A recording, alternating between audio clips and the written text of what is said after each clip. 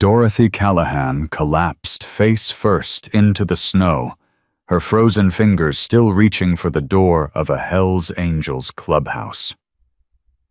Her husband Walter caught her a second too late. "Please," he begged the 20 leather-clad men who stood frozen in the doorway. "We can't walk anymore. My wife, she's dying." Not a single biker moved.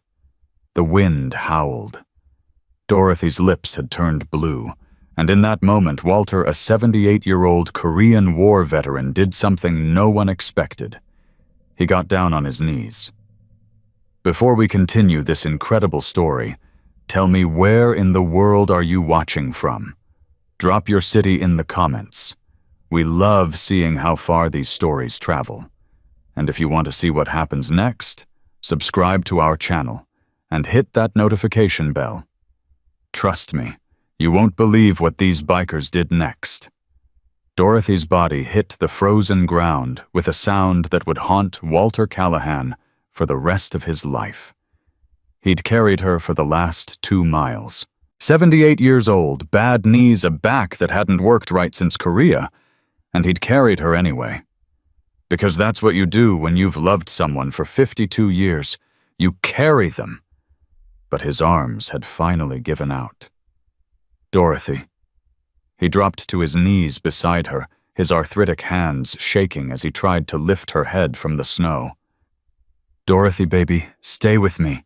Stay with me." Her eyes fluttered. Her lips moved, but no sound came out. They'd turned a shade of blue that Walter had only seen once before on the faces of soldiers who didn't make it home. The neon sign above them buzzed and flickered. The Wolf's Den. And beneath it, a logo that would make most people run the other direction. Hells Angels Pine Creek Chapter. Walter didn't care. He struggled to his feet and pounded on that door with everything he had left. "Help us, please, somebody, help us." The music inside stopped. The laughter died. For 3 long seconds, there was nothing but the howl of the Montana wind and the chattering of Dorothy's teeth. Then the door swung open. 20 men stood in the golden light of that clubhouse, leather jackets, gleaming tattoos crawling up their necks, beards braided and wild. The biggest one, a mountain of a man with a silver beard and eyes like cold steel, stepped forward. Jake Grizzly Morrison, president of the Pine Creek chapter, looked down at the old man kneeling in the snow, cradling his unconscious wife. "Please," Walter whispered, his voice cracking. "We can't walk anymore. My wife, she needs help. She's got a heart condition. Our truck broke down 12 miles back. We walked all this way." His voice broke completely. Grizzly didn't move. Behind him, a younger biker with a scar running down his cheek, they called him Razor, crossed his arms. "Jake, we don't know these people. Could be a setup." "Does that look like a setup to you?" Another voice growled. This one came from a lean man with kind eyes and a Navy anchor tattooed on his forearm. Monk Patterson, the chapter's vice president. Grizzly still hadn't spoken. His eyes moved from Walter's weathered face to Dorothy's still form, then back again. "How long has she been unconscious?" Walter blinked hope flickering in his chest for the first time in hours. I don't know. 5 minutes, maybe 10. She just went down and..." Grizzly was already moving. In 3 strides, he was kneeling in the snow beside Dorothy, his massive hands surprisingly gentle as he checked her pulse, lifted her eyelids, felt her forehead. "She's hypothermic," he said, his voice sharp with command. "Core temperature's dropping. We need to get her warm now." He looked over his shoulder. "Monk, clear the couch by the fire. Wrench, grab every blanket we've got. Spider heat water not boiling, just warm." The bikers scattered like soldiers. Grizzly lifted Dorothy as if she weighed nothing, cradling her against his chest. He looked down at Walter, who was struggling to stand. "Can you walk, old man?" Walter's jaw tightened. I carried her for 2 miles. I can make it 20 more feet. Something shifted in Grizzly's eyes. Respect, maybe. Recognition. One soldier seeing another. Then follow me. The heat hit Walter like a physical force as he stumbled through the door of the wolf's den. After hours in the bitter cold, it felt like stepping into heaven itself. The clubhouse was nothing like he'd expected. Yes, there were motorcycle parts on the walls and a bar in the corner and a pool table with worn felt. But there was also a fireplace roaring with real logs, comfortable couches, and photographs everywhere. Bikers with their families, their kids, their dogs. These weren't monsters. They were men. Grizzly laid Dorothy on the couch closest to the fire, and immediately 2 bikers wrapped her in blankets. Another appeared with warm water bottles, tucking them against her sides. Get those wet clothes off her feet, Grizzly ordered. Slowly. Don't rub the skin, you'll cause more damage. Monk looked at him sideways. Since when are you a doctor? I'm not. Grizzly didn't look up from Dorothy's face. But I was an army medic. 3 tours. You don't forget this stuff. Walter sank into a chair beside his wife, too exhausted to stand any longer. A young biker with a shaved head pressed a mug of hot coffee into his hands. Thank you, Walter whispered. Thank you. Don't thank us yet, Grizzly said. She's not out of the woods. He stood wiping his hands on his jeans. What happened? Why were you out on that road in the middle of winter? Walter took a long sip of coffee, feeling it burn all the way down. Our truck. The transmission went out about 12 miles east of here. No cell signal. No traffic. We had to walk. 12 miles. The young biker, his name patch said Diesel, stared in disbelief. In this weather, we didn't have a choice. Razor snorted from his spot near the bar. There's always a choice. You could have stayed with the truck, waited for help. No. Walter's voice hardened. We couldn't. Something in his tone made everyone stop. Grizzly crossed his arms, studying the old man with new interest. Why not? Walter looked at Dorothy. Her color was slowly returning, her breathing steadier now. But he could see how frail she'd become, how much weight she'd lost over the past few months. The truth sat in his chest like a stone. Because my wife is dying, he said quietly. Cancer. The doctors gave her 3 months that was 2 months ago. He swallowed hard. We're trying to get to Silver Falls. Our son lives there. Thomas. We haven't seen him in 7 years. The clubhouse went silent. 7 years? Monk's voice was soft. That's a long time. It is. Walter's hands tightened around the mug. We had a falling out. Stupid thing looking back. He got divorced, and he shook his head. We said things we shouldn't have. Took his ex-wife's side when we should have listened to him. By the time we realized our mistake, he'd moved away. Changed his number. Stopped answering letters. So why now? Grizzly asked. Walter's eyes never left Dorothy. Because she's never met her grandson, Oliver. He's 4 years old and she's never held him. Never heard him laugh. Never told him she loves him. His voice broke. She has weeks left. Maybe days.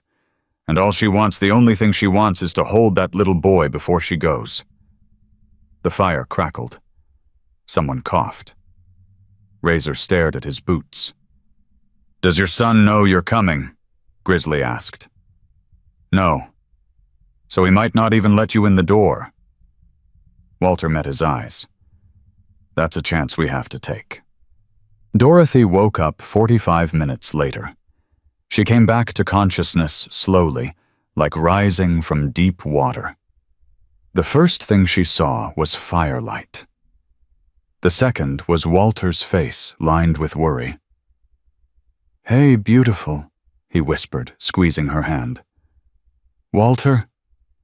Her voice was barely audible. Where Where are we? Somewhere safe, sweetheart. You're safe now. She blinked, taking in her surroundings.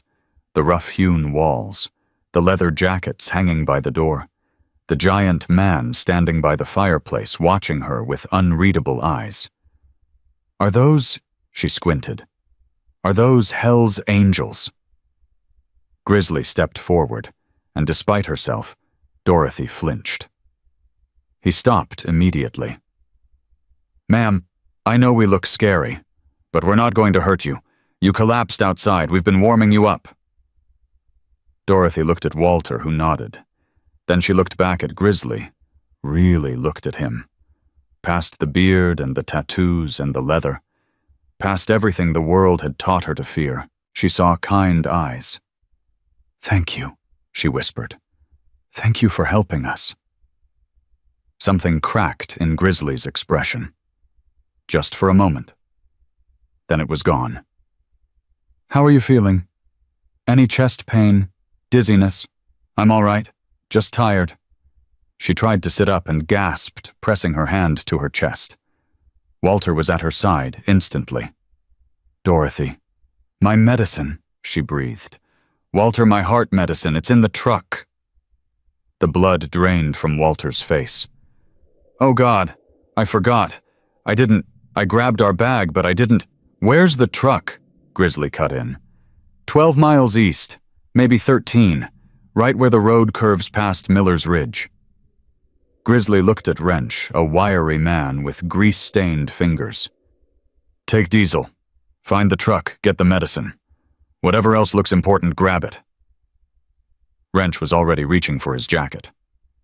On it, boss. Wait. Razor stepped forward, his jaw tight. We're really doing this. We don't know these people. We don't owe them anything. And the clubhouse went dead quiet. Grizzly turned slowly. What did you say? I said we don't owe them anything. Razor didn't back down. Look, I feel bad for the lady, but we've got enough problems. The Diablos have been making moves all month. For all we know, this is some kind of distraction while they... A distraction. Grizzly's voice dropped to something dangerous. You think a 75-year-old woman with hypothermia and heart disease is a distraction? I'm saying we should be careful. And I'm saying you need to remember who you are. Grizzly stepped closer, and even though Razor was younger and maybe just as strong, he took a step back. We're not soldiers. We're not cops. We're not heroes. But we're not cowards either. When someone collapses on our doorstep asking for help, we help. That's not negotiable. Razor's jaw worked. For a long moment, no one breathed. Then he dropped his eyes. Fine. But if this goes sideways, it won't. Wrench and Diesel slipped out the door. The sound of their motorcycles roaring to life cut through the tension. Grizzly turned back to Dorothy, his expression softening. They'll have your medicine within the hour. In the meantime, you need to rest. I don't know how to thank you. Dorothy's eyes glistened. Everyone always told me to stay away from places like this. From people like... She stopped embarrassed. People like us? Grizzly smiled, but there was sadness in it. They weren't wrong, ma'am, most of the time. He pulled up a chair and sat down heavily.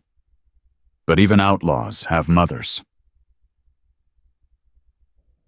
It was nearly midnight when Grizzly found Walter standing outside, staring up at the stars. The old man hadn't slept. Couldn't sleep. Every time he closed his eyes, he saw Dorothy falling, heard the sound of her body hitting the frozen ground. She's resting, Grizzly said, coming to stand beside him. Her vitals are stable. The medicine helped. Thank you.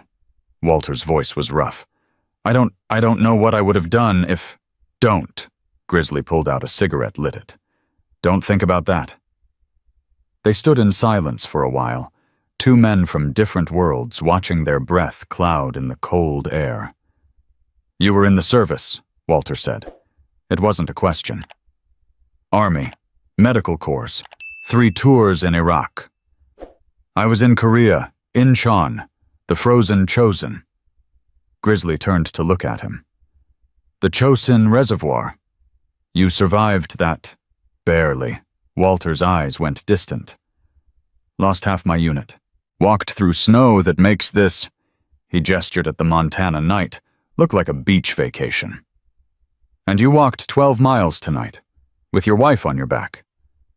Only the last 2. Grizzly shook his head, something like wonder in his voice. You're a tough old bastard, Walter Callahan. I'm a desperate one. Walter's jaw tightened. My wife is dying. My son won't speak to me. My grandson doesn't know I exist. This, he gestured around him, this trip, this stupid, impossible trip, it's the only thing I can give her. Tell me about your son. Walter sighed, a sound heavy with years of regret. Thomas was always stubborn. Got it from me. When his marriage fell apart, Dorothy and we blamed him. We'd known his wife for years, liked her better than we should have. When he told us she'd been unfaithful, we didn't believe him. He laughed bitterly. Our own son. We called him a liar. What happened? He showed us proof. Bank statements, hotel receipts, photos. Walter's voice hardened. But by then the damage was done. He said we'd chosen her over him. Said if we couldn't trust him, he didn't want us in his life. He wiped his eyes. 7 years. I've written him every month for 7 years. Not one letter came back opened. Grizzly was quiet for a long moment. Then, my mother died while I was overseas. Walter turned. We'd had a fight before I deployed. Stupid thing, she didn't approve of the club, thought I was throwing my life away. I told her she didn't understand anything. Those were the last words I said to her. Grizzly took a long drag of his cigarette. She had a stroke 8 months later. By the time they got word to me, she'd been gone 3 days. I'm sorry. I'm not telling you for sympathy. Grizzly's eyes met Walter's. I'm telling you because I know what it's like to run out of time, to realize too late that pride doesn't keep you warm at night. Walter nodded slowly. Is that why you're helping us? Because you see something in our story? Maybe.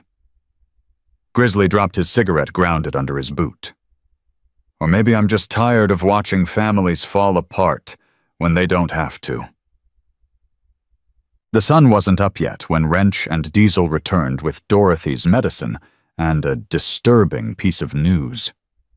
The truck's dead, Wrench reported, warming his hands by the fire.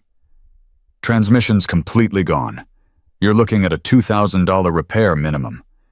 And that's if you can even find parts for a model that old. Walter's face fell. How much would a rental cost to get us to Silver Falls? 95 miles in the dead of winter. Wrench shook his head. No rental company in Pine Creek is going to let a 78-year-old drive those mountain passes. Too much liability. What about a bus? Next one doesn't come through until Thursday, 3 days from now. Dorothy, who had been listening from the couch, closed her eyes. We're so close, she whispered. We're so close and we can't, ma'am. Grizzly's voice cut through her despair. I need to ask you something, and I need you to be honest with me. She looked at him, hope flickering in her tired eyes. Anything. How long do you really have? Not what you tell your husband. Not what you tell yourself to get through the day. The truth. Dorothy was quiet for a long moment. Then, the doctor said I might not make it to Christmas. Dorothy, Walter's voice cracked. I know, sweetheart. I know. She reached for his hand. But he deserves the truth. Grizzly nodded slowly. And how important is it really that you see your grandson? It's the only thing I'm still alive for. Dorothy's voice was steady. I've made my peace with God. I've made my peace with dying. But I can't go without holding that little boy. I can't go without telling my son I'm sorry. I can't. The room was silent. Every biker in the clubhouse had stopped what they were doing. Grizzly looked at Monk, then at Wrench, then at Diesel. Finally his eyes landed on Razor, who was standing in the corner, arms crossed. "Brothers," he said, "I think it's time for a vote." "A vote on what?" Walter asked. Grizzly turned to face him. "On whether we ride you to Silver Falls ourselves." The vote wasn't close. It was unanimous. Even Razor raised his hand. Grizzly stood in the center of the clubhouse, his brothers gathered around him. "Then it's settled. We leave at dawn. 15 bikes, full escort. Monk, you're driving the support van with the Callahans. Wrench, make sure all bikes are road ready. Spider, check the weather reports. I want to know exactly what we're riding into." "Jake." Razor stepped forward, and everyone tensed, but his voice was different now. Quieter. "I was wrong earlier. I was thinking about threats that might not exist instead of the people standing right in front of me. I'm sorry." Grizzly clasped his shoulder. "Brother, the day we stop questioning is the day we stop protecting each other. No apologies needed." He looked around the room. "Get some sleep. We've got a long ride ahead." As the bikers dispersed, Dorothy reached for Grizzly's hand. "Why?" she asked, her voice trembling. "You don't know us. You owe us nothing. Why would you do this?" Grizzly looked at her for a long moment. When he spoke, his voice was rough with emotion. "Because my mother died alone. Because I never got to say goodbye. Because every single man in this room carries regrets they can't undo." He squeezed her hand gently. "We can't change our own stories, Mrs. Callahan. But maybe, just maybe, we can change yours." Dorothy pressed his hand to her cheek, tears streaming down her face. "God sent us to the right door." "Maybe he did." Grizzly smiled. "Or maybe God just rides a Harley." The sun broke over the mountains just after 6 in the morning. 15 motorcycles sat in formation outside the Wolf's Den, chrome-gleaming engines warming. The air was bitter cold, but the sky was clear for now. Wrench had checked the weather reports 3 times. A major storm was coming. They had maybe 18 hours before it hit. Grizzly stood at the head of the formation looking back at his brothers. Diesel, Wrench, Spider, Monk, Razor, all of them. "Listen up," he said. "This isn't a Sunday ride. These roads are dangerous in summer. In winter, they're deadly. We stay tight, we stay focused, we stay together. No showboating, no heroics. Our only job is to get these 2 people to Silver Falls safely." "And if we can't?" someone asked. "We will." Grizzly's voice left no room for doubt. "Because failure is not an option. Not today." He walked to the support van where Monk was helping Dorothy into the passenger seat. Walter stood beside her, his eyes bright with tears he was too proud to shed. "Mr. Callahan?" Grizzly extended his hand. "You ready?" Walter clasped it firmly. "I've been ready for 7 years." Grizzly nodded. Then he mounted his bike, kicked the engine to life, and looked at the road ahead. 95 miles. 1 dying woman. 1 family that didn't know they were coming. And 15 Hell's Angels who'd decided that maybe, just maybe, this was what they were meant to do all along. "Let's ride," Grizzly said. And the thunder began. The convoy had been rolling for 45 minutes when Dorothy's hand shot to her chest. "Walter?" Her voice came out strangled tight. "Walter, something's wrong." Monk glanced in the rearview mirror, saw the color draining from her face, and grabbed his radio. "Grizzly, we got a problem. The lady, something's happening." The formation slowed. Grizzly's bike pulled alongside the van within seconds. "What's going on?" "I don't know." And Walter was already unbuckling his seatbelt, climbing into the back to reach Dorothy. "Sweetheart, talk to me. What do you feel?" "Pressure." Dorothy gripped his arm so hard her knuckles went white. "Like someone's sitting on my chest, and my left arm is tingling." Grizzly's face went hard. "Pull over. Now." The convoy stopped on the shoulder of the mountain road. Grizzly was out of his saddle and at the van door before Monk had even cut the engine. "Mrs. Callahan, look at me." He took her wrist, checking her pulse. Fast. Too fast. When did this start? Just now. A few minutes ago. I thought it was nothing but, has this happened before? Once. Last month. The doctors said it was angina. They gave me pills. Where are the pills? Walter was already tearing through Dorothy's purse. Here they are. He shoved the bottle into Grizzly's hands. Grizzly read the label, popped, the cap, shook one into his palm. Under your tongue. Don't chew it. Let it dissolve. Dorothy took the pill with trembling fingers. The bikers had gathered around the van, 15 men in leather jackets forming a wall against the wind. Nobody spoke. Diesel shifted his weight from foot to foot. Is she going to be okay? Quiet. Grizzly didn't look up.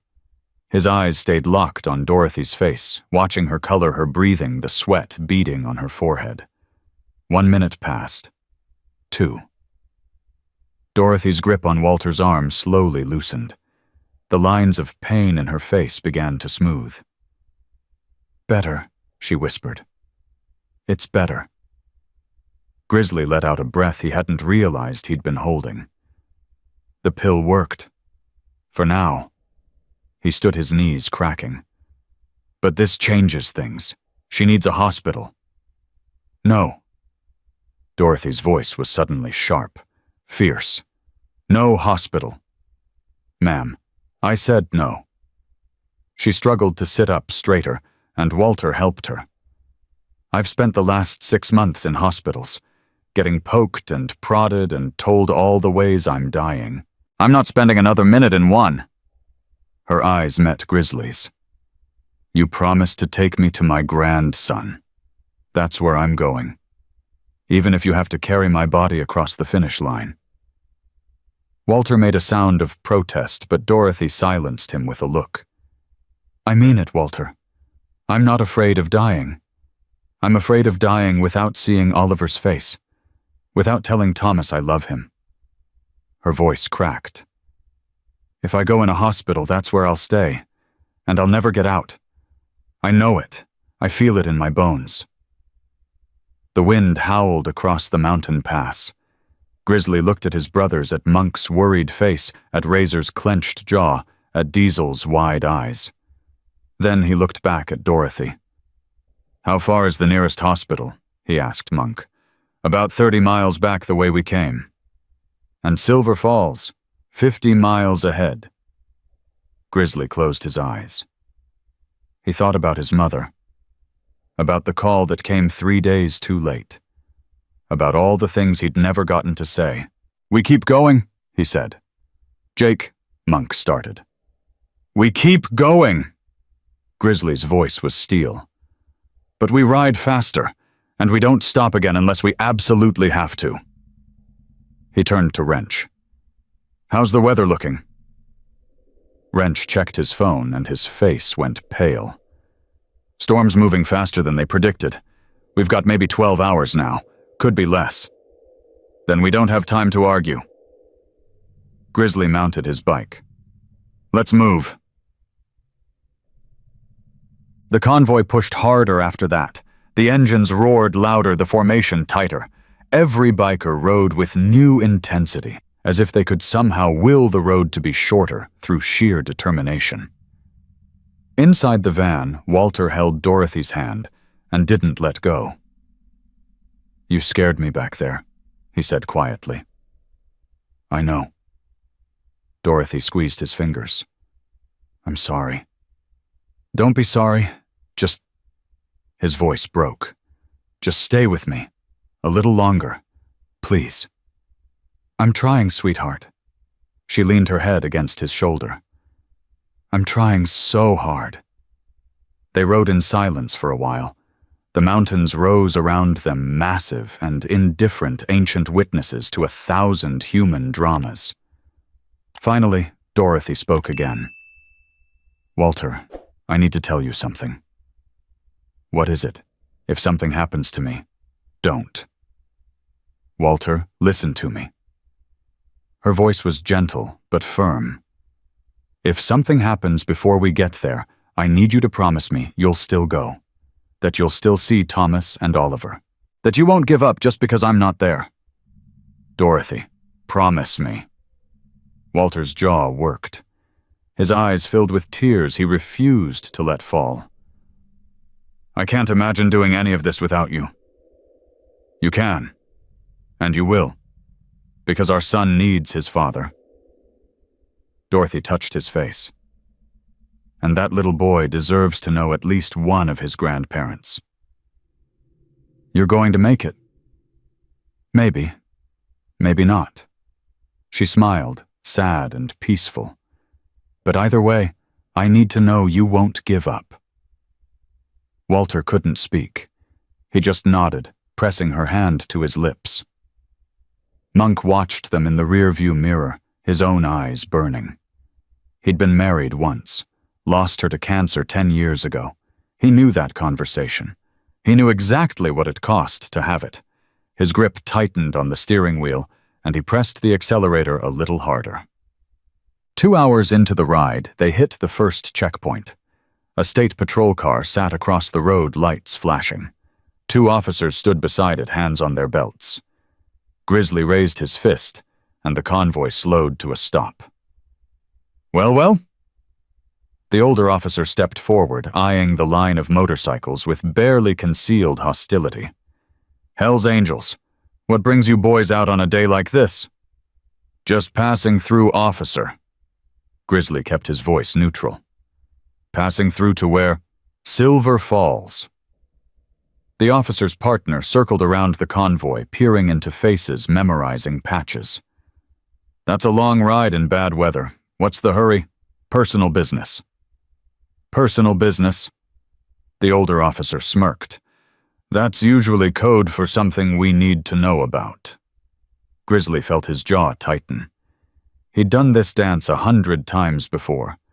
Usually he'd push back, trade barbs, make it clear he wasn't going to be intimidated. But today wasn't about him. Officer, we're transporting an elderly couple to see their family. The woman is sick. We're trying to get her there before the storm hits. That's so. The officer looked past him to the support van. Mind if we take a look? Actually, yes. We do mind. The temperature dropped 10 degrees.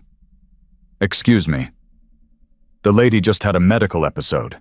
She needs rest, not interrogation. Grizzly didn't blink. We haven't broken any laws. We're not speeding. We're not carrying anything illegal. We're just a group of men trying to help 2 people in need. And we're supposed to just take your word for that. Before Grizzly could respond, the van door opened. Walter Callahan stepped out. He was still wearing his Korean War veteran's cap. His back was bent, his hands shaking from cold and age and exhaustion. But his eyes were the eyes of a soldier who'd walked through hell and refused to stay there. Officers, his voice carried across the wind. My name is Walter Callahan, Sergeant First Class, United States Army, retired. I served at Incheon and the Chosin Reservoir. I've got my military ID right here. He reached slowly into his pocket and pulled out a worn leather wallet. My wife is in that van. She's dying of cancer. She wants to see our grandson before she goes. He handed the ID to the older officer, who took it automatically. These men, Walter gestured at the bikers, found us half frozen on the side of the road last night. They took us in, warmed us up, saved my wife's life, and now they're driving us 95 miles through dangerous mountain passes in the dead of winter because nobody else would. The officer looked at the ID, looked at Walter's face, looked at the line of bikers sitting silently on their motorcycles. So, I'm asking you, officer to officer, Walter's voice hardened. Are you going to help us, or are you going to stand in our way? The silence stretched for an eternity. Finally, the older officer handed back the ID. "Chosen Reservoir," he said quietly. "My father was there too. 5th Marines." Walter nodded. "Good unit. Brave men." "Yeah, they were." The officer stepped back. "Road's clear ahead for about 30 miles. After that, watch for ice on the switchbacks." He looked at Grizzly. "Get them there safe." Grizzly nodded once. "That's the plan." The patrol car moved aside. The convoy rolled through. As they passed, the younger officer raised his hand in something that might have been a salute. They stopped for fuel at a crossroads town called Miller's Junction. The gas station was small and weathered its pumps, ancient, its windows plastered with faded advertisements. The attendant, a teenage boy with acne and wide eyes, watched the convoy pull in like he was seeing aliens land. "Holy crap," he whispered. "Are you guys Hell's Angels?" Diesel grinned as he filled his tank. "What gave it away?" "I've never seen real bikers before, just in movies." "We're better looking in person, right?" The boy laughed nervously. Then his eyes moved to the support van where Monk was helping Dorothy stretch her legs. "Is that lady okay? She looks really pale." "She's sick." Diesel's grin faded. "We're trying to get her to her family." "Oh." The boy watched as Walter guided Dorothy to a bench outside the station. "That's really nice of you guys. Most people—" He stopped. "Most people what? Most people think bikers are scary. Like you'd hurt somebody." Diesel was quiet for a moment. "Yeah, well, we're full of surprises." Inside the station, Grizzly bought coffee and sandwiches while Wrench checked the forecast again. The storm was still coming, moving faster every hour. "We're cutting it close, boss," Wrench said. "Real close." "I know. If we get caught in that storm on the mountain passes, I know." Grizzly took a long drink of coffee. "But we can't turn back now, not when we're this close." "I'm not saying turn back. I'm saying we need a plan B." "What kind of plan B?" Wrench hesitated. "There's a town about 20 miles ahead, Hillcrest. They've got a small medical clinic and a motel. If the storm hits before we can make it to Silver Falls, we could shelter there. And leave those 2 people 20 miles from their family when the woman might not survive the night. Jake? No." Grizzly's voice was quiet but final. "We keep going. We don't stop. We get them there. And if we can't—" Grizzly didn't answer. He just walked back outside where Dorothy was sitting on the bench watching the bikers refuel their machines. She looked up as he approached. "Mr. Morrison." "Just Jake, ma'am." "Jake." She smiled weakly. "Can I ask you something? Anything? Why did you really help us? And don't tell me it's because your mother died. That's part of it, I know. But there's something else." Grizzly was quiet for a long moment. Then he sat down beside her. "When I got back from Iraq," he said slowly, "I was a mess, angry at everything, drinking too much, couldn't hold down a job, couldn't sleep without nightmares." He stared at his hands. "The club saved me, gave me brothers when I had nobody, gave me purpose when I had none. But I always wondered if I was using it as an excuse to hide from the world, to avoid dealing with my own demons." He looked at her. "Last night when I saw your husband on his knees in the snow begging for help, I saw myself. Not who I am now, who I could have been. If someone hadn't opened a door for me when I needed it most." Dorothy reached out and took his hand. Her grip was frail but warm. "You're a good man, Jake Morrison. Whatever the world says about you, whatever those patches mean to other people, you're a good man." Grizzly's throat tightened. "You don't know the things I've done." "I know the things you're doing now." She squeezed his hand. "And that's enough." They were 20 miles from Silver Falls when the road disappeared. A massive rock slide had torn across the highway, boulders the size of cars mixed with twisted trees and rivers of frozen mud. The path forward was completely blocked. Grizzly killed his engine and stared at the destruction. No. His voice was barely a whisper. No, no, no. Razor pulled up beside him. What do we do? I don't know. There's got to be another way around. On mountain roads in winter? Grizzly shook his head. This is the only pass. Behind them, the van pulled to a stop. Monk got out, took one look at the rock slide, and swore under his breath. How long to clear it? He asked. Wrench was already examining the debris. Hours, maybe more. Some of these rocks weigh a ton. We don't have hours.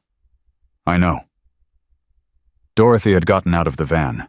Walter tried to stop her, but she pushed his hands away and walked forward until she was standing at the edge of the destruction. 20 miles, she said softly. We're 20 miles away. Nobody knew what to say. Then Razor spoke. I can do it. Everyone turned to look at him. What? Grizzly asked. I can do it. Razor walked toward the rock slide, studying it with hard eyes. It's not all big stuff. Some of these rocks we can move them. It'll take time, but we can make a path. Enough for the van to get through. That could take all day. Then we better start now. He didn't wait for permission. He just walked to the nearest boulder, braced his shoulder against it, and pushed. For a moment, nobody moved. Then Diesel stepped forward. Then Wrench. Then Monk. One by one, every biker in the convoy walked to that wall of rock and started to work. Grizzly watched them, these men who society had written off, these outlaws and criminals, lifting stones with their bare hands, their breath misting in the cold air, their muscles straining against impossible weight. He walked to Dorothy, who stood watching with tears streaming down her face. We're going to get you there, he said. I promise. She couldn't speak. She just nodded. Grizzly took off his leather jacket, handed it to her, and walked toward the rock slide. He picked up a stone, and he started to work. 3 hours. They had been moving rocks for 3 hours. Razor's hands were bleeding. The skin had torn open on his palms an hour ago, but he hadn't stopped. Couldn't stop. Every time he felt the pain, he looked at Dorothy sitting in the van wrapped in Grizzly's jacket, and he kept going. Almost there. Wrench wiped sweat from his forehead despite the freezing temperature. Just a few more feet, and the van can squeeze through. Diesel lifted a rock the size of a microwave and hurled it to the side. His arms were shaking. I can't feel my fingers anymore. You don't need to feel them. Grizzly grabbed the next boulder. You just need to use them. But Walter had tried to help at first. The old man had picked up stones alongside the bikers until his legs gave out. Now he sat beside Dorothy, holding her hand, watching these strangers destroy their bodies to save his family. Why are they doing this? He asked, his voice cracking. They're hurting themselves. For us. Dorothy squeezed his hand. Because some people are still good, Walter, even when the world tells them they're not. Monk stumbled, went down on one knee. Spider grabbed his arm and pulled him up. You okay, brother? Fine. Monk spat blood from a split lip. Just lost my footing. Maybe take a break. Maybe mind your own business. Monk grabbed another rock and kept moving. The wind had picked up in the last hour. The storm was closer now, the sky turning an angry gray. They could all feel it coming, pressing down on them like a threat. Grizzly checked his watch. 4 hours until dark. Maybe 5, until the storm hit full force. They weren't going to make it. He didn't say it out loud. Didn't need to. Every man there knew the math. But they kept working anyway. Grizzly! Razor's voice cut through the wind. I think we've got enough room. The van might fit. Grizzly dropped his rock and walked to the narrow gap they'd carved through the debris. It was tight. Too tight. The van's mirrors would scrape. The sides might get damaged. Monk, bring it forward. Slow.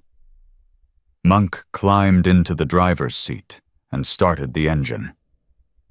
Inch by inch, the van crept toward the gap. Metal screamed against rock. "Keep going!" Grizzly shouted.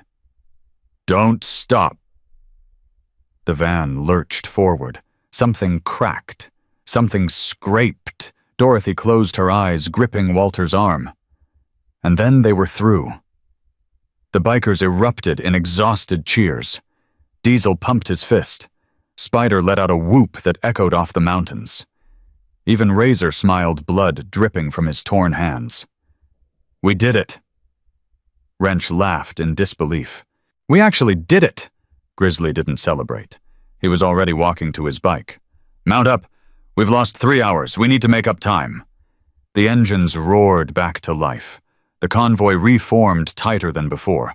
Every biker rode like they had something to prove. 20 miles. Just 20 miles.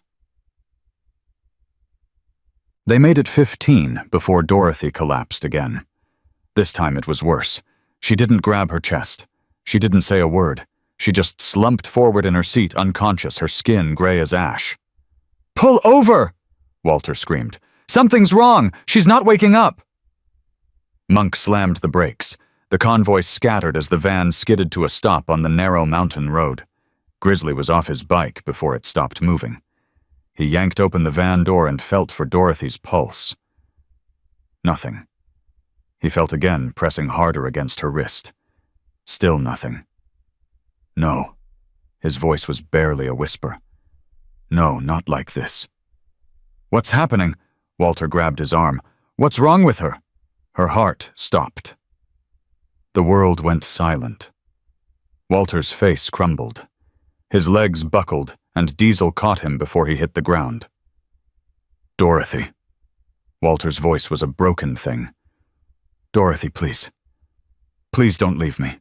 Grizzly was already pulling Dorothy from the van, laying her flat on the cold ground. "I need room. Everyone back." "Jake, what are you doing?"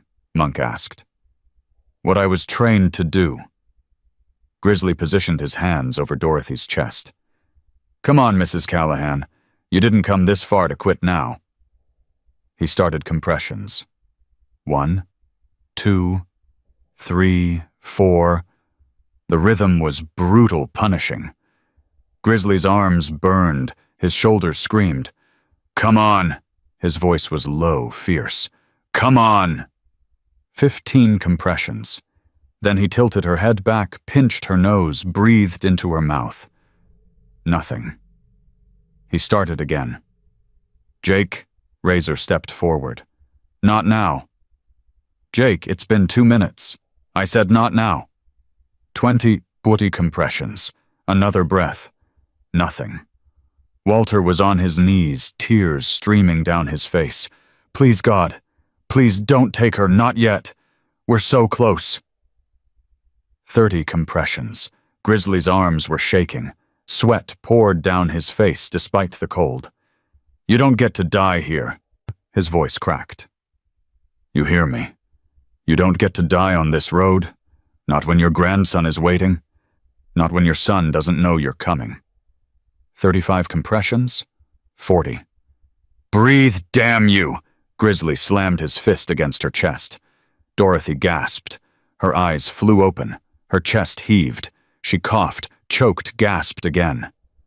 "That's it!" Grizzly's voice broke with relief. "That's it. Breathe. Just breathe." Walter crawled to her side, cradling her head in his lap. "Dorothy. Dorothy, I'm here. I'm right here." "Walter." Her voice was thin, confused. "What happened?" "Your heart stopped, ma'am." Grizzly sat back on his heels, his whole body trembling. "But it's beating now? You're okay." Dorothy looked at him. Then at the bikers gathered around her, their faces tight with fear and relief. Then at the gray sky above. "I saw her," she whispered. "Saw who?" "My mother." Dorothy's eyes filled with tears. "She was waiting for me, but she said it wasn't time. She said I had something left to do." Nobody spoke. The wind howled around them. Grizzly helped her sit up slowly. "Can you travel?" "Do I have a choice?" "There's always a choice. We can turn back, get you to a hospital."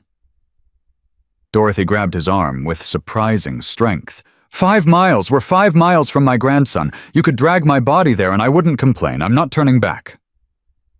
Grizzly looked at Walter, who nodded. "Then we keep going." Grizzly stood offering Dorothy his hand. "But I'm riding in the van with you, just in case." "What about your bike?" "Diesel can handle it." He looked at the young biker. "You scratch my chrome, I'll kill you."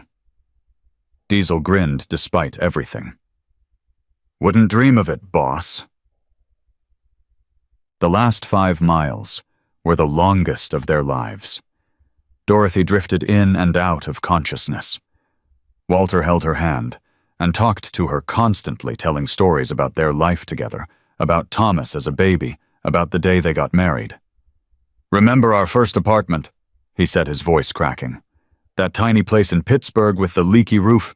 The bathtub didn't work," Dorothy murmured. "But the view was beautiful.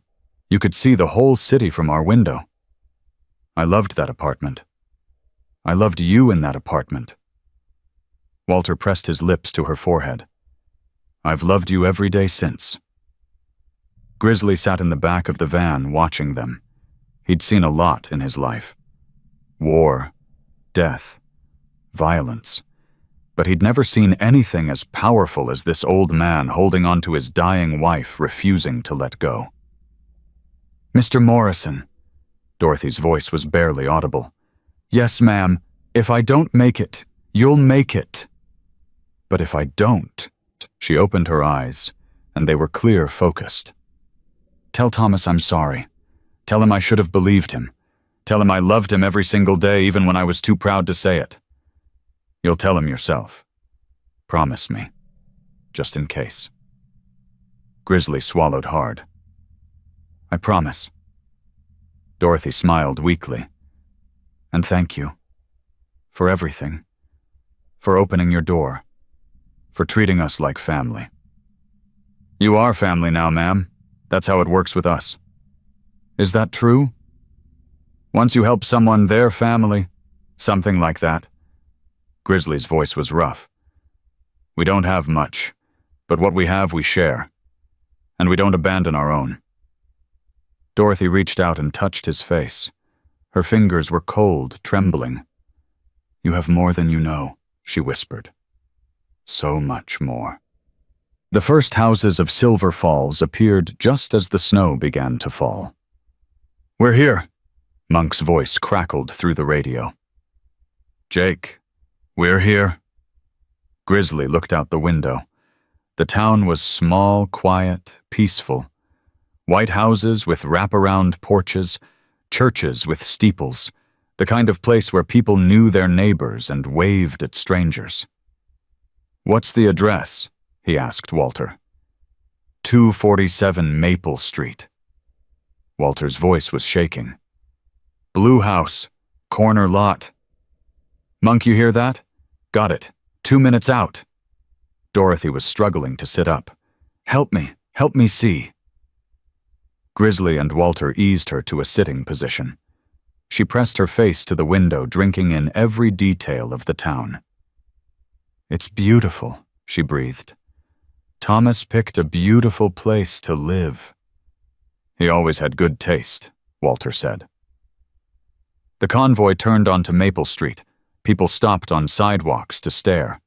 Curtains twitched in windows. A woman walking her dog froze mid-step.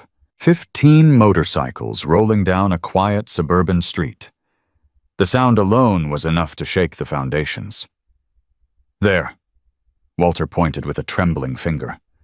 "That's it. That's Thomas's house. The blue house sat on the corner exactly as he'd described. A child's bicycle lay abandoned in the front yard. Christmas lights still hung from the gutters even though Christmas was weeks past. The convoy stopped. Grizzly got out first, then helped Walter ease Dorothy from the van. She could barely stand, but she refused to let them carry her. "I'm walking to that door," she said. "On my own 2 feet." "Dorothy," Walter started. "I'm walking." So they walked. Dorothy between her husband and Grizzly, one agonizing step at a time. The bikers formed a line behind them, silent witnesses to the end of a journey. They reached the porch. Walter raised his hand to knock. He couldn't do it. His hand hung there, frozen, trembling. 7 years of silence. 7 years of unopened letters. 7 years of wondering if his son even thought about them anymore. "I can't." His voice broke. "What if he won't see us? What if he—" Dorothy reached past him and knocked. 3 sharp raps against the wooden door. For a long moment nothing happened. Then footsteps. The click of a deadbolt. The creak of hinges. The door opened. Thomas Callahan stood in the doorway. He looked older than Walter remembered. Lines around his eyes that hadn't been there before. Gray at his temples. But the same stubborn jaw. The same fierce eyes. His father's eyes. "Dad." Thomas's voice was barely a whisper. "Mom, Thomas." Dorothy reached for him. "My baby." Thomas didn't move. His face cycled through emotions too fast to name. Shock. Anger. Confusion. Pain. "What are you doing here? How did you—" His eyes moved past them to the line of motorcycles, to the men in leather jackets, standing silent in his yard. "What the hell is going on?" "We came to see you." Walter's voice cracked. "We came to apologize." "Apologize?" Thomas's jaw tightened. "After 7 years you show up unannounced with a biker gang and you want to apologize. Thomas, please, do you have any idea what you put me through?" Thomas's voice rose. "I lost my marriage and you blamed me. Your own son. You chose her over me. We were wrong." Tears streamed down Walter's face. "We were so wrong. You think you can just show up and— I'm dying, Thomas." Dorothy's voice cut through everything. Thomas froze. "What? Cancer?" Dorothy's legs gave out. Grizzly caught her before she fell. "The doctors gave me 3 months. That was 2 months ago." "Mom, I had to see you. Had to tell you I'm sorry, that I was wrong. That I loved you every single day, even when I couldn't show it." Thomas stood there, his face crumbling. Years of anger fighting against something deeper. Something he'd tried to bury. "You're dying, yes. And you came all this way in winter. Our truck broke down 12 miles outside Pine Creek." Walter stepped forward. "These men found us, saved your mother's life, drove us 90 miles through mountain passes to get here." Thomas looked at the bikers. Really looked at them. Razor with his bloody hands and torn jacket. Diesel barely able to stand from exhaustion. Grizzly still holding Dorothy upright, his face etched with determination. "Why?" Thomas asked. "Why would you do that for strangers?" Grizzly met his eyes. "Because your mother asked to hold her grandson before she dies. And that's not something you say no to." Thomas made a sound, half sob, half laugh. His hands came up to cover his face. "Oliver." His voice was muffled. "His name is Oliver." "We know." Dorothy was crying now. "We've always known." Thomas dropped his hands. His eyes were red wet, broken open. "He's inside," he said. "He's watching cartoons. His voice broke. "He asks about you. Both of you. I show him pictures sometimes. He calls you Grandma and Grandpa even though… He couldn't finish. Dorothy opened her arms, and Thomas fell into them. 75-year-old woman barely able to stand, holding her 45-year-old son as he sobbed like a child. 7 years of silence dissolving in seconds. "I'm sorry, Mom." Thomas's voice was broken. "I'm so sorry I shut you out." "Shh." Dorothy stroked his hair. "It's over. It's all over now." Walter wrapped his arms around both of them, and the three of them stood there holding each other, healing wounds that had festered for too long. The bikers watched in silence. Monk wiped his eyes and pretended it was the wind. Diesel didn't even try to hide his tears. Razor stared at the ground, his jaw working. Grizzly stood apart, watching. He thought about his mother, about the hug he'd never gotten to give her, about all the things he'd never said. This, he thought. This is why we came. Then a small voice broke the silence. "Daddy, who are all those people?" A little boy stood in the doorway. 4 years old, dark hair like his father, his grandmother's eyes. Oliver. Dorothy pulled back from Thomas and looked at her grandson for the first time. "Oh," she breathed. "Oh, he's beautiful." Oliver stared at her, then at Walter, then at the crying adults on his porch. "Daddy, why is everyone sad?" Thomas laughed through his tears. "They're not sad, buddy. They're happy. But they're crying. Sometimes people cry when they're happy too." Oliver considered this with the gravity only a 4-year-old can muster. Then he looked at Dorothy. "Are you my grandma? From the pictures?" Dorothy knelt down, ignoring the pain that shot through her entire body. "Yes, sweetheart. I'm your grandma." Oliver smiled. "I've been waiting to meet you." And he walked straight into her arms. Dorothy held him. This child she'd never touched. This miracle she'd crossed mountains to find. She held him, and she cried, and she thanked God for every second of every day that had led to this moment. Walter knelt beside them, wrapping his arms around his wife and grandson. Thomas stood over them, tears still falling, watching his family become whole again. The bikers stayed where they were. This moment didn't belong to them, but they'd helped create it, and that was enough. Grizzly finally spoke. "We should go. Give you all some privacy." Thomas looked up. Wait." He walked to Grizzly, extending his hand. "Thank you for bringing them home." Grizzly took his hand. "It was our honor." "Please," Thomas looked at the other bikers. "All of you, stay for dinner. It's the least I can do." Monk shook his head. "We don't want to intrude." "You're not intruding." Thomas's voice was firm. "You saved my mother's life. You brought my family back together. You're not strangers anymore." He looked at Grizzly. "I don't know what people say about your kind, but I know what you did, and I'll never forget it."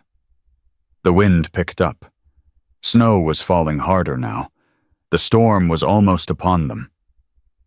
Grizzly looked at his brothers, at Dorothy still holding her grandson, at Walter, tears streaming down his weathered face. "All right," he said. "We'll stay." The storm hit Silver Falls like a fist. Within 2 hours, the roads were impassable. Snow piled 3 feet deep. Power lines swayed dangerously. The entire town went dark at 8:30 that evening. Thomas lit candles while the bikers gathered in his living room. 15 men in leather jackets sitting on the floor on chairs wherever they could find space. Oliver moved among them like he'd known them his whole life. "You have a skull on your jacket," he said to Razor. "That's so cool." Razor looked down at the patch, then at the kid. "You think so?" "Yeah, my friend Marcus has a skeleton shirt, but yours is way better." Razor smiled. It was the first real smile anyone had seen on his face in months. "Thanks, kid." Dorothy sat on the couch, wrapped in blankets. Walter hadn't left her side since they'd arrived. Thomas kept bringing her tea soup, anything he could think of. 7 years of distance collapsing into desperate care. "You should rest, Mom." Thomas knelt beside her. "You've been through so much." "I've rested enough." Dorothy touched his face. "I want to be awake. I want to see everything. This house, your life, my grandson. You'll have time, Thomas." Her voice was gentle, but firm. "We both know I might not." Thomas's jaw tightened. He looked away, blinking rapidly. Grizzly watched from across the room. He'd been quiet since they'd arrived, letting the family have their moments. But something was weighing on him, something he needed to say. "Mr. Callahan." He approached Thomas. "Can we talk outside?" Thomas looked at Dorothy, who nodded. "Go. I'm not going anywhere." The two men stepped onto the front porch. The snow was still falling, but lighter now. The world was wrapped in white silence. "What's on your mind?" Thomas asked.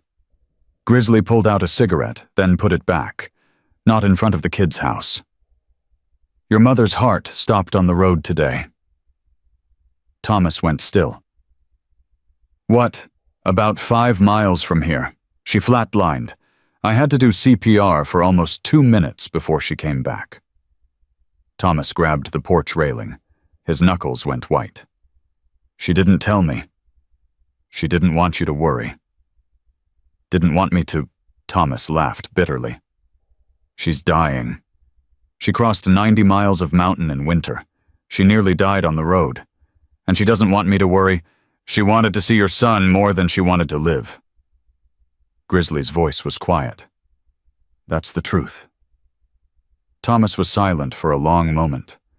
When he spoke, his voice was broken. "I wasted 7 years. 7 years because I was too proud to pick up the phone. Too hurt to read their letters. You were hurt. That's human. I was stupid." Thomas wiped his eyes. "My mother is dying, and I almost didn't get to say goodbye. Because of pride. Because of a fight that doesn't even matter anymore." Grizzly didn't respond. He knew there was nothing to say that would help. "Can I ask you something?" Thomas turned to face him. "Anything. Why did you really do this? You don't know us. You had nothing to gain. You could have called them an ambulance and gone back to your lives." Grizzly looked out at the falling snow. "My mother died while I was overseas. We'd had a fight before I left. She didn't approve of the club. Thought I was throwing my life away." He paused. "Last words I ever said to her were in anger. She had a stroke 8 months later. I didn't even know until 3 days after she was gone." Thomas was quiet. "I couldn't save my mother," Grizzly continued. "Couldn't make peace with her. Couldn't tell her I loved her one last time, but when I saw your parents on my doorstep, I thought maybe I can give someone else the chance I never got." "You did." Thomas's voice cracked. "You gave us that chance." "Then it was worth it." Grizzly met his eyes.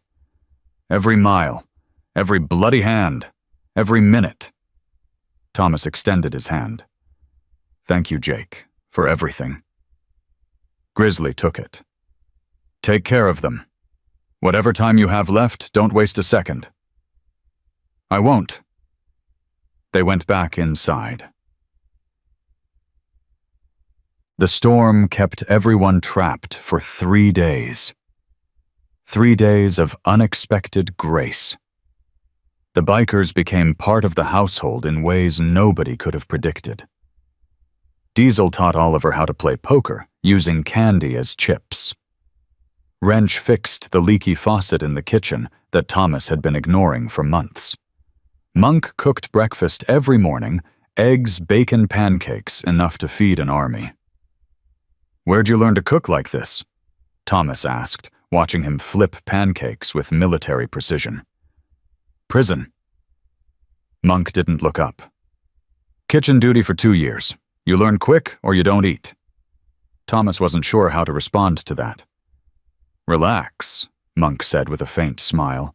That was 20 years ago. I'm reformed now. Reformed into the best cook I've ever met. Don't tell my ex-wife. She still thinks I can't boil water. Razor spent most of his time with Dorothy. He'd sit beside her on the couch, listening to her stories about Thomas as a baby, about Walter's military service, about the life they'd built together. You love him, Dorothy said on the second day. Razor blinked. Who? Jake. You give him a hard time, but you love him like a brother. Razor looked at his bandaged hands. He saved my life once. Found me in a ditch outside Reno, half dead from a beating. Didn't know me. Had no reason to help.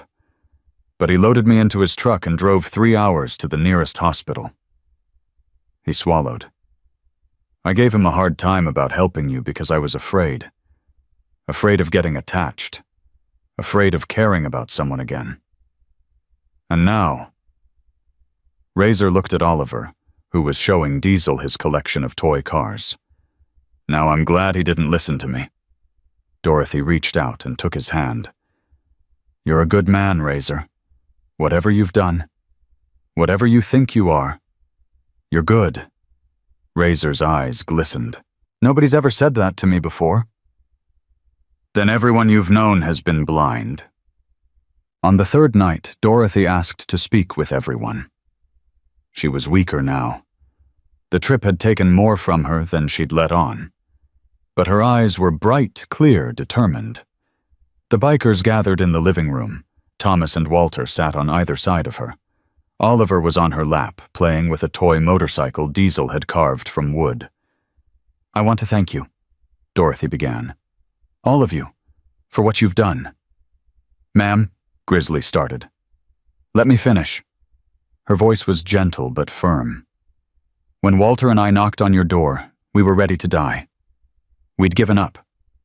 The cold had taken everything out of us, and we thought this is it. This is where our story ends. She looked around the room, meeting each pair of eyes. But you opened that door. You let us in. And you did more than save our lives, you restored our faith. In people. In goodness. In the possibility that kindness still exists in this world. Oliver held up the wooden motorcycle. Grandma, look. It has real wheels. Dorothy smiled, kissing the top of his head. It's beautiful, sweetheart. She looked back at the bikers. I know what people say about you. I know the stories, the rumors, the fear. She shook her head. But I've seen who you really are, and I want you to know whatever comes next, I'm grateful. More grateful than words can say. Grizzly's jaw tightened. He nodded once, but couldn't speak. There's something else. Dorothy reached into her pocket and pulled out a small wooden cross on a leather cord. This was my father's. He carried it through World War II. It's the only thing I have left of him. She held it out to Grizzly. Ma'am, I can't take that. You can, and you will. Dorothy's voice was steady. Because you're part of my family now. All of you. And family looks out for each other. Grizzly stared at the cross, then at Dorothy, then at his brothers who were watching in silence. Slowly he reached out and took it. I'll carry it with me, he said. Every mile. Dorothy smiled. I know you will. The storm broke on the fourth morning. The roads were being cleared. The power had come back. The world was returning to normal. Grizzly gathered his men outside Thomas's house. The bikes were warming up engines rumbling in the cold morning air. Thomas stood on the porch with his parents and Oliver. The little boy looked confused. Are they leaving? Yes, buddy. They have to go home. But why I like them? Diesel crouched down to Oliver's level. We like you too, kid. But we've got things to do. People to help. Like you helped Grandma. Exactly like that. Oliver thought about this. Then he threw his arms around Diesel's neck. "Thank you for the motorcycle." Diesel hugged him back, his tough exterior cracking completely. "You're welcome, little man. Take care of your grandparents, okay?" "I will." One by one, the bikers said their goodbyes. Hugs from Dorothy, handshakes from Walter and Thomas, high fives from Oliver. Finally, only Grizzly remained. He stood at the bottom of the porch steps, looking up at the family he'd helped reunite. The wooden cross hung around his neck, resting against his chest. "I don't know how to thank you," Thomas said.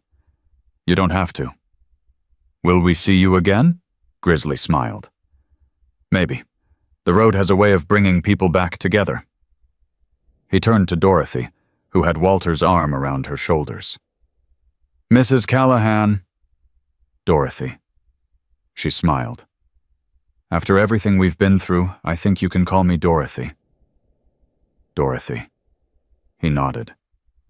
"Take care of yourself." "I'll try." Her eyes sparkled with tears. "But Jake promised me something." "Anything. Promise me you'll find peace, with your mother, with yourself." She touched the cross at his neck. "She's not as far away as you think." Grizzly's throat tightened. "I'll try. That's all any of us can do." He mounted his bike. The engine roared to life. His brothers fell into formation behind him. Oliver waved frantically from the porch. "Bye-bye, come back soon." The convoy pulled away slowly, respectfully. No roaring engines, no showing off. Just 15 men leaving the family they'd helped save. As they turned the corner onto Main Street, Grizzly looked back one last time. Dorothy was still waving. He raised his hand in return. Then the road stretched out ahead, and they were gone. 2 weeks later, the phone rang at the Wolf's Den. Wrench picked up. "Iron Haven. Is this the Hells Angels clubhouse in Pine Creek? Who's asking?" "My name is Thomas Callahan. I'm looking for Jake Morrison." Wrench covered the receiver. "Jake phoned for you." Grizzly walked over, frowning. He rarely got calls. "Yeah, Jake, it's Thomas." Grizzly's chest tightened. "Is she?" "She's still here."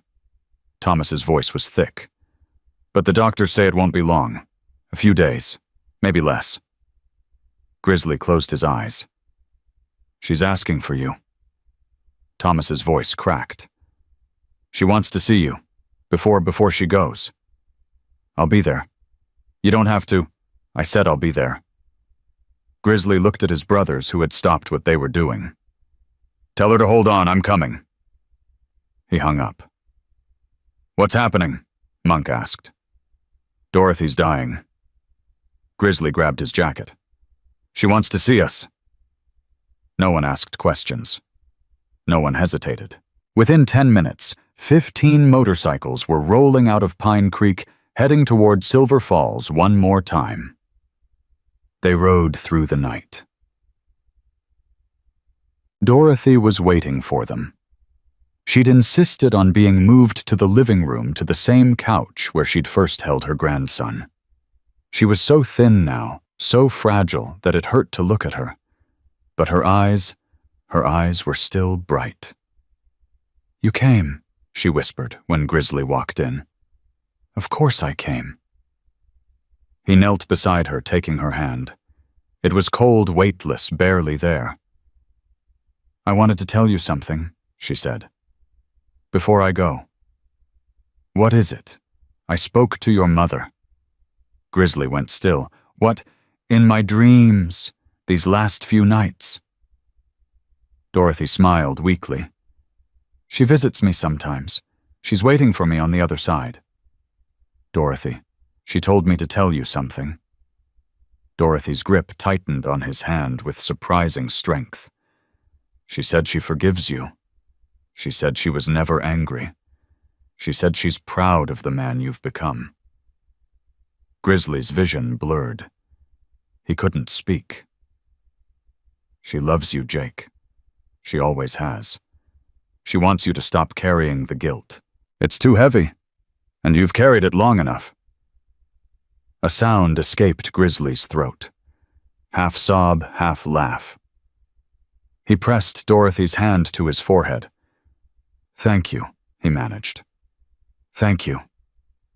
"Don't thank me," Dorothy touched his face.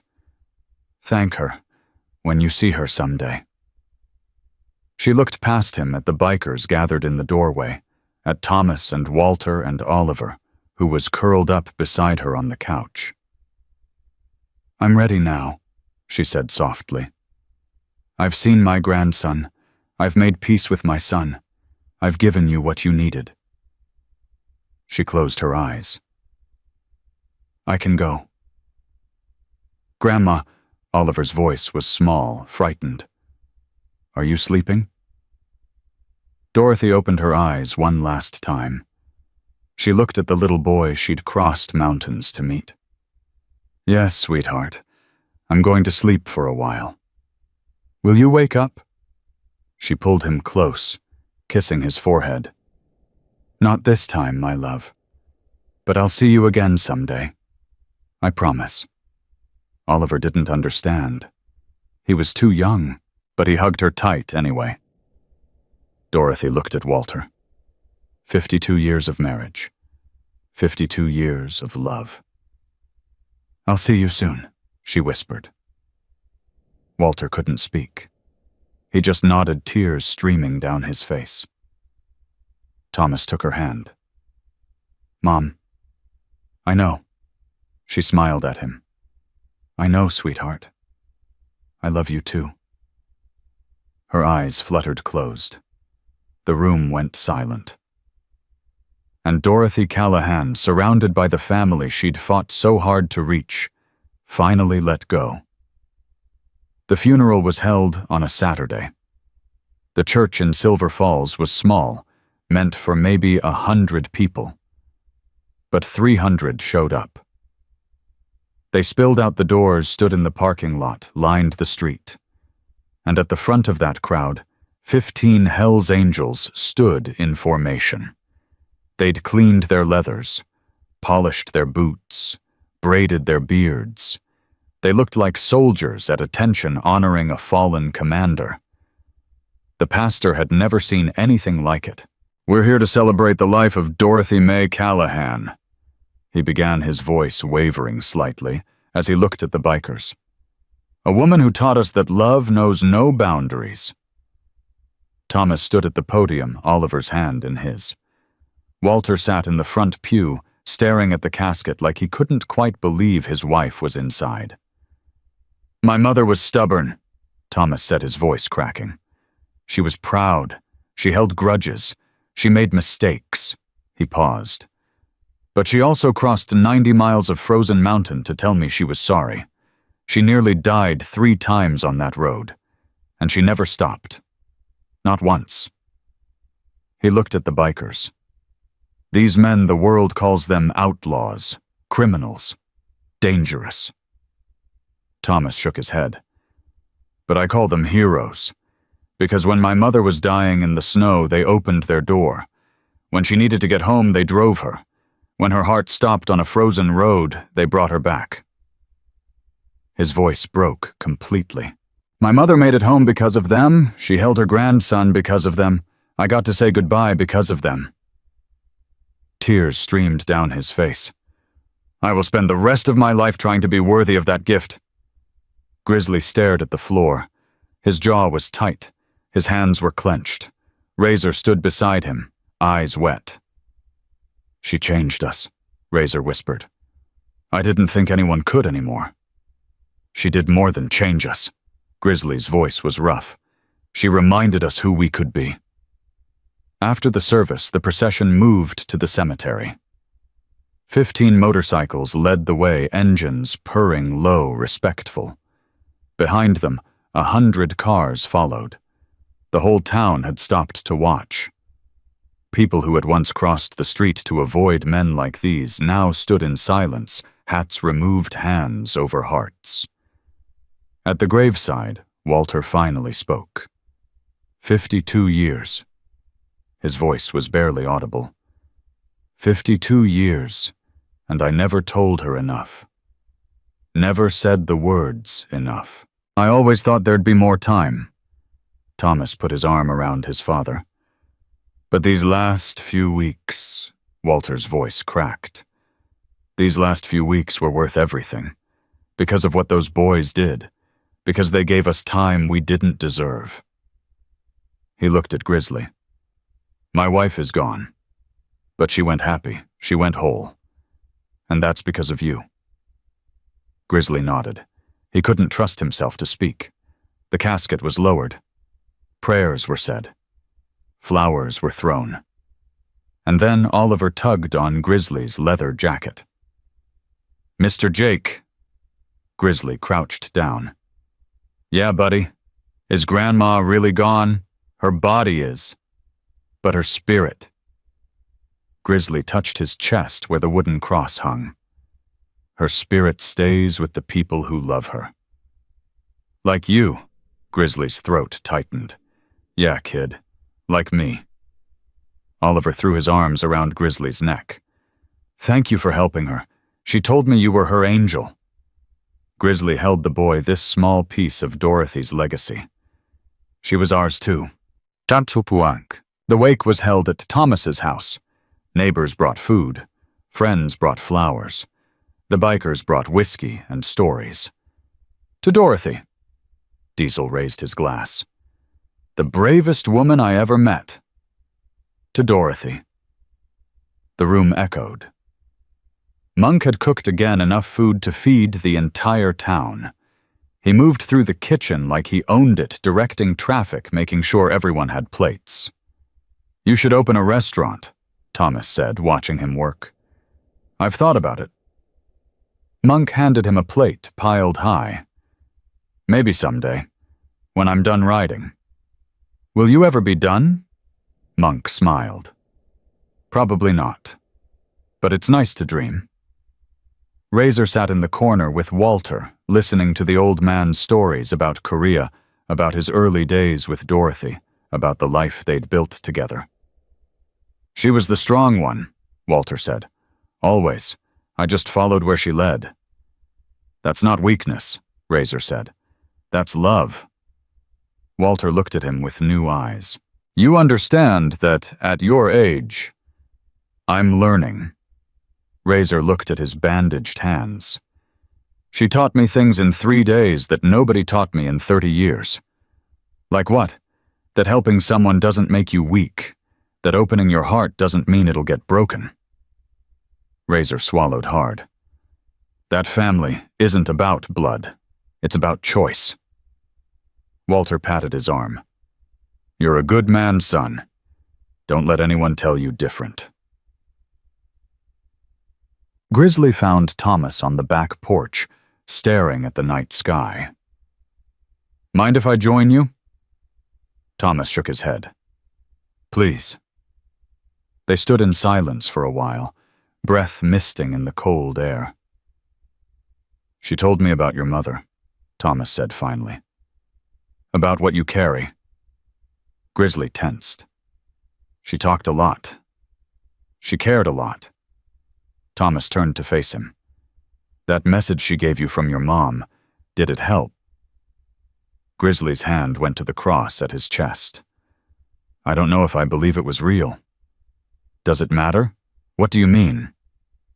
My mother spent her last weeks believing she was talking to the dead in her dreams. Maybe she was. Maybe it was the medication. Maybe it was just her mind finding peace.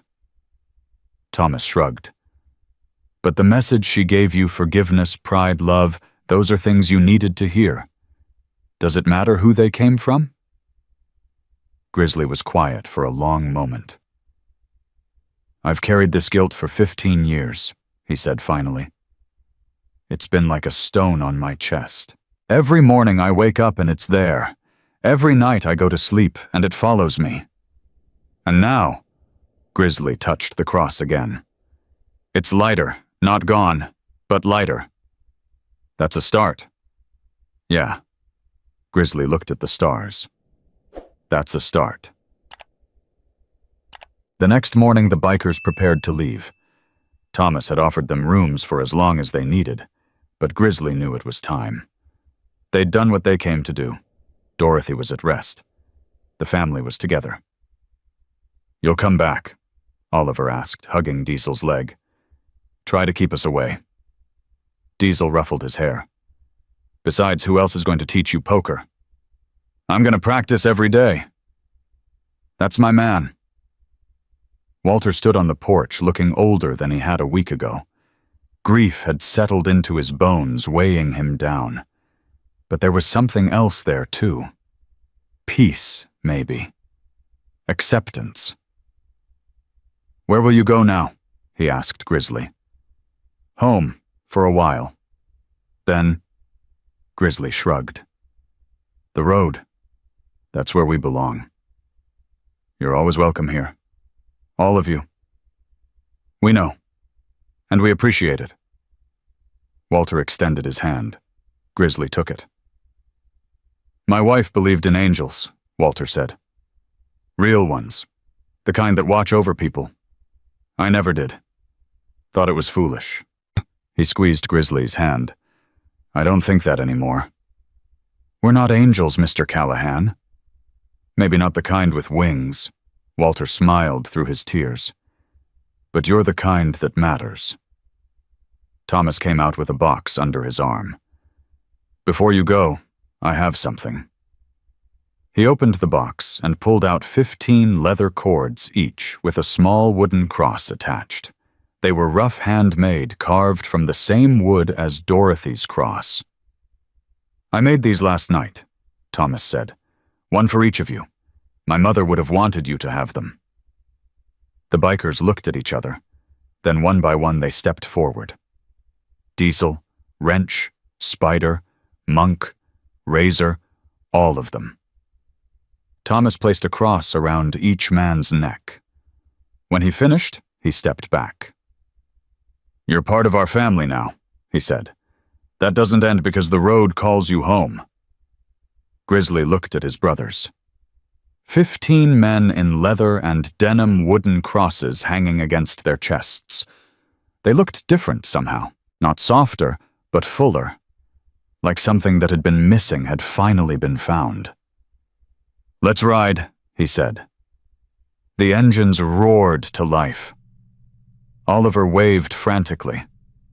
"Bye-bye, I love you," Diesel's voice cracked as he waved back. "Love you too, little man."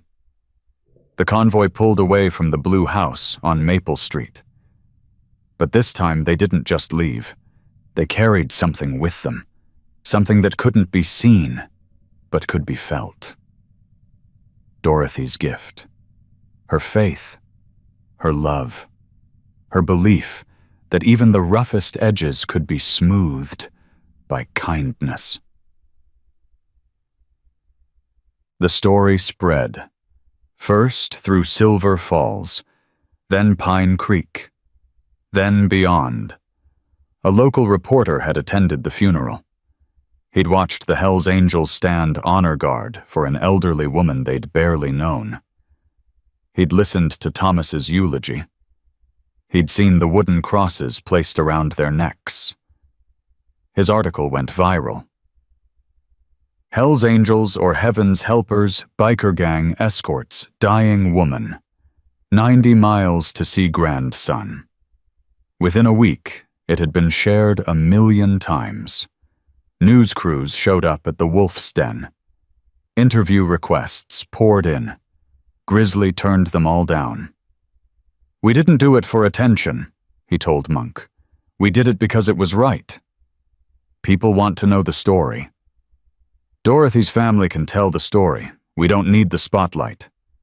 But the spotlight found them anyway. Letters started arriving. Dozens, then hundreds, from people all over the country. A woman in Texas whose husband was dying, asking if they could help him see his brother one last time. A man in Ohio whose mother had been stranded on the highway, thanking them for reminding him that strangers could still be kind. A teenager in California who'd been afraid of bikers his whole life, writing to say he'd changed his mind. Grizzly read every letter. Every single one. "What do we do with these?" Diesel asked one night, looking at the pile. "We answer them." Grizzly picked up a letter from a woman in Montana. "And when we can help, we help." "That's a lot of rides, boss." "Then we better get started." 6 months later, Grizzly rode to a cemetery in Nevada. He went alone. No convoy, no brothers. Just him and his Harley and a cross hanging against his heart. His mother's grave was simple. A small headstone with her name, her dates, and the words, "Beloved Mother," carved into the stone. Grizzly stood there for a long time. "I'm sorry," he said finally. "I'm sorry I wasn't there. I'm sorry I let pride keep me away. I'm sorry I couldn't say goodbye." The wind rustled through the grass. "But I want you to know I'm trying. I'm trying to be better, to do better." He touched the cross at his chest. "A woman named Dorothy helped me see that. She told me you'd forgiven me. I don't know if that's true, but I want to believe it." He knelt down, pressing his hand against the cold stone. "I love you, Mom. I always did. Even when I couldn't show it. Even when I was too stubborn to say it." His voice cracked. "And if you're watching, if you're out there somewhere, I hope you're proud of the man I'm becoming." He stayed there until the sun began to set. Then he stood mounted his bike and rode toward the horizon. 1 year later, the wolf's den looked different. The neon sign still flickered. The bikes still lined the parking lot. The sound of laughter and rock music still spilled into the night. But there was something new on the wall. A plaque. Wooden. Hand-carved. It read, "In memory of Dorothy May Callahan. She asked for shelter. She gave us purpose." Beneath it hung the original cross she'd given Grizzly. He'd placed it there the day after her funeral. A reminder to everyone who walked through those doors. The club had changed too. They still rode, still wore their patches, still lived by their code. But they'd added something to that code. Something Dorothy had taught them. Once a month, they took a ride. Not for themselves, for someone else. A veteran who needed transport to a VA hospital. An elderly person who needed help getting to a family reunion. A child who wanted to meet their hero. They called it the Dorothy Ride. Thomas brought Oliver to Pine Creek every summer now. The boy had grown tall, strong, curious. He followed the bikers around like a puppy asking questions, learning to work on engines, dreaming of the day he'd be old enough to ride himself. "You think Grandma would be proud?" Oliver asked Grizzly one afternoon. Grizzly looked at the boy. Dorothy's eyes, Thomas's stubborn jaw. "I think she's the proudest angel in heaven." Oliver grinned. "I'm going to be just like you when I grow up." "No." Grizzly put his hand on the boy's shoulder. "You're going to be better. Track."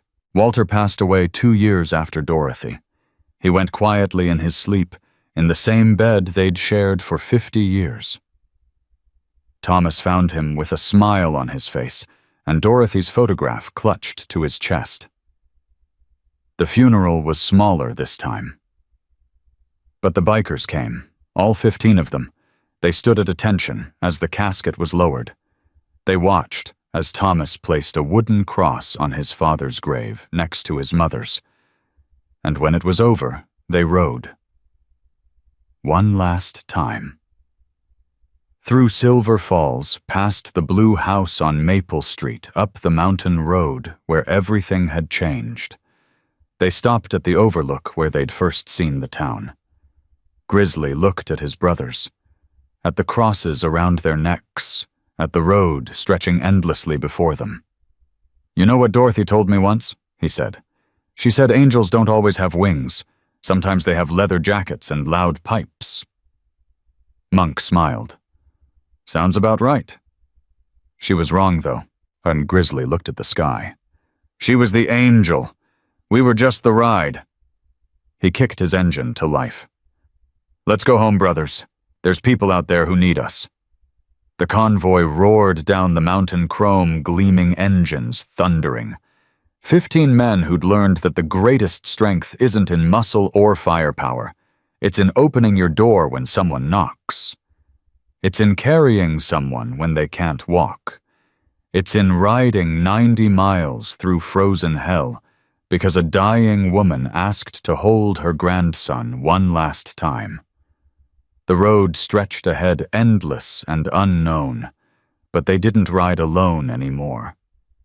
Dorothy's spirit rode with them, in the crosses at their chests, in the kindness they carried, in the lives they touched along the way. And somewhere up above, an old woman with bright eyes and a stubborn heart watched them go. She smiled. Her angels were doing just fine, because sometimes the roughest hands carry the gentlest hearts. Sometimes the loudest engines sing the quietest prayers, and sometimes, just sometimes, the men the world fears most are the ones who love the hardest. This story started with a knock on a door. It ends with a truth that will echo forever. Angels don't fall from heaven. They ride in on 2 wheels. If this story touched your heart, please like, share, and subscribe. These stories only reach people because of you. Until next time, keep your hearts open and your doors unlocked. You never know when an angel might come knocking.